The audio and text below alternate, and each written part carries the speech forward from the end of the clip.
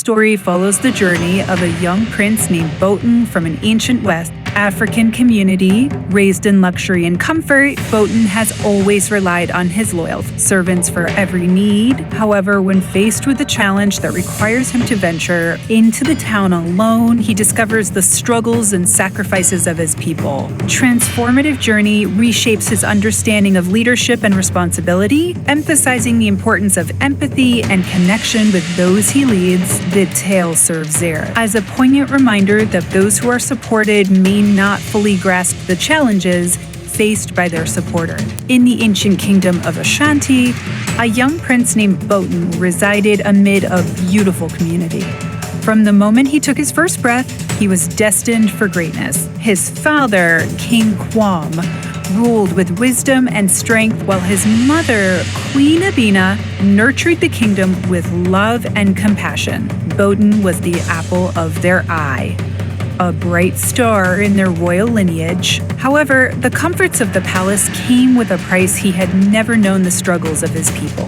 Botan was always carried by his loyal servants who attended to his every need. From the moment he woke to the sound of birds chirping outside his window, to the time he drifted off to sleep under the watchful gaze of the moon, he was surrounded by those who catered to his whims. His closest servant, a kind-hearted man named Kwesi, had been with him since birth. Kwesi was more than just a servant. He was a mentor, a friend, and a father figure to Botan. Yet, despite their close bond, Botan remained oblivious to the burdens that Kwesi and the other servants carried on his behalf. One fateful day, as the sun rose high in the sky, King Kwam summoned Botan to his chamber. The king's face was etched with concern. "My son," he began, "the people of our kingdom are facing a great spread of infectious diseases. The crops are failing and many are struggling to feed their family. I need you to go into the town and speak with the villagers. They need to know that their king cares for them."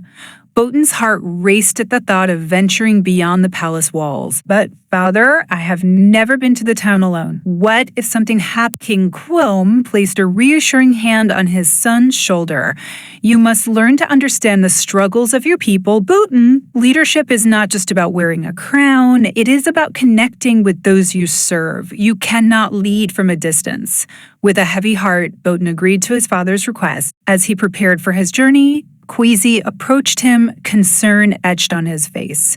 "Your Highness, are you sure you want to go alone?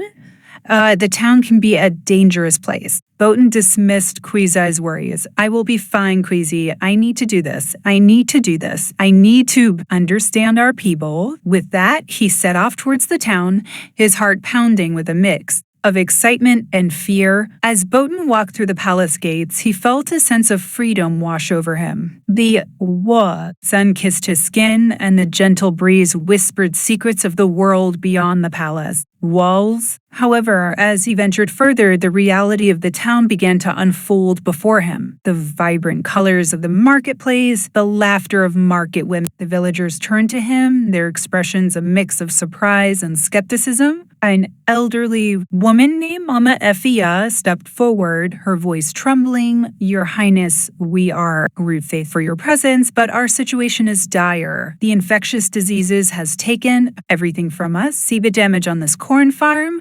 We cannot feed our children, and we fear for their future." Botan felt a pang of guilt wash over him. He had always been sheltered from such hardships, and now, standing before these weary faces, he realized how far removed he had been from their struggles.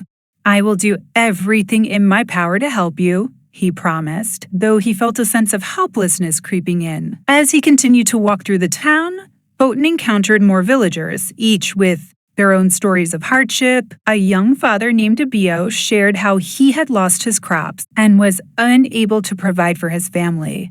A mother named Abina spoke of her sick child who needed medicine they could not afford. With each story, Botan's heart grew heavier, and he began to understand the weight of responsibility that came with his title.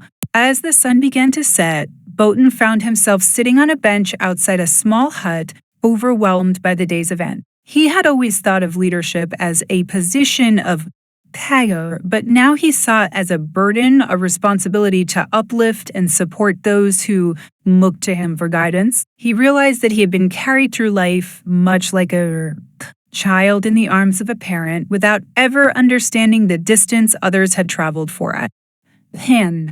Just then, Kwesi appeared, concern etched on his face. "Your Highness, I was worried about you. I followed you to ensure your safety." Botan looked up at Kwesi, his eyes filled with newfound understanding. "Kwesi, I never realized how far the town really is. I have taken so much for granted. I want to help our people, but I don't know how." Kwesi sat beside him, placing a comforting hand on Botan's shoulder. "It is not enough to simply want to help, my prince. You must listen to their needs and work alongside them. Leadership is about empathy and action." Inspired by Kwesi's words, Botan returned to the village the next day, determined to make a difference. He organized a meeting with the villagers, inviting them to share their ideas, how to combat the infectious diseases. Together, they brainstormed solutions from creating community gardens to pooling resources for irrigation systems. Botan listened intently, taking notes and offering support wherever he could. As weeks passed, Botan became a regular presence in the town. He worked alongside the villagers, harvesting herb from the forest, along with others to produce concoctions that will be used to eradicate the diseases and distributing food to those in need. He learned the names of the children who played in the streets and the stories of the elders who had witnessed the kingdom's history. With each passing day, he grew closer to his people, and they began to see him not just as a prince, but as a leader who genuinely cared for their well-being. One evening, as Botan sat with the villagers around a fire, he felt a sense of belonging he had never experienced before. Mama Effia shared a story of resilience, recounting how the community had come together during previous hardships. "We are stronger together," Shikia said, her eyes shining with hope. "When we support one another, we can overcome any challenge." Botan nodded, understanding the truth in her words.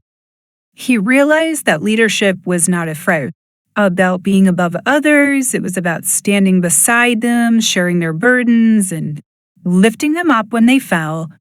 He vowed to continue working alongside his people, to be their voice in the palace, and to ensure that their struggles were never forgotten. As the infectious diseases began to ease, the kingdom of Ashanti flourished once more. The crops grew tall and strong, and the laughter of now happy and healthy children filled the air. Botan had transformed from a sheltered prince into a compassionate leader, one who understood the importance of empathy and connection. When he returned to the palace one evening, King Kwame welcomed him with open arms. "My son, I see the change in you. You have learned the true meaning of leadership." Botan smiled, his heart swelling with pride. "Father, I have learned that those who are being helped may not fully appreciate the challenges that others must traverse on their behalf. I will carry this lesson with me always." And so the young prince who had once been carried by others became a beacon of hope for his kingdom. He led with compassion, understanding, and a deep commitment to his people. The journey into the town had changed him forever, and he vowed to never forget the struggles of those he served.